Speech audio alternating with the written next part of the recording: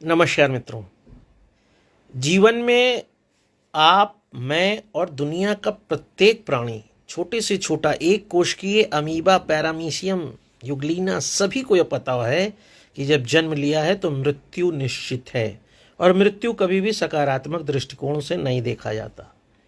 पूरी पृथ्वी पर रहने वाले प्रत्येक व्यक्ति को यह पता है कि जब दिन हो रहा है तो लाख कोशिश वो कर ले, दिन रुकेगा नहीं और उसे रात का सामना करना पड़ेगा। ये बात अलग है कि रात कृष्ण पक्ष की भी हो सकती है, शुक्ल पक्ष की हो सकती है, यानी हो सकता है कि रात में चांद निकला हो और हो सकता है चांद बिल्कुल ना निकला हो और वह अमावस्या की रात हो। कहने का तात्पर्य इस वीडियो के माध्यम से ये है कि दिन जितना अच्छा होता है, सूर्य की रोशनी जो कि जीवन का निर्माण करती है, पृथ्वी पर जो भी प्राकृतिक रूप से हरियाली प्रकृति दिखाई दे रही है वो सूर्य के प्रकाश की देन है। उसके बाद भी अंधेरा को आना निश्चित ही है, अनिवार्य ही है।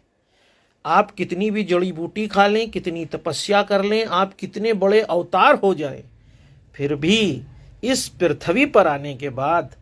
मौत को आपको स्वीकार करना ही पड़ेगा। अर्थात यह निश्चित है कि कितना भी अच्छा कार्य हो,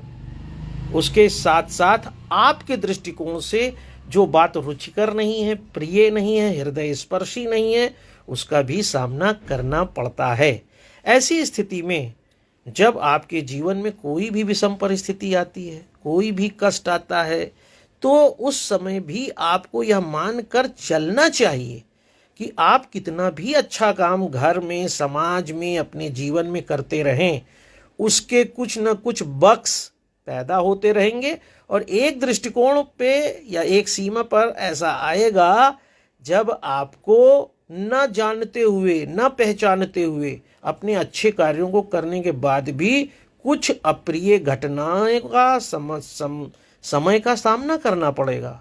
और जिस दिन आप इस प्राकृतिक सिद्धांत को समझ जाते हैं, जिस दिन आप रात का मतलब समझ जाते हैं, जिस दिन आप सूर्य के प्रकाश का मतलब समझ जाते हैं, आपको यह समझ में आ जाता है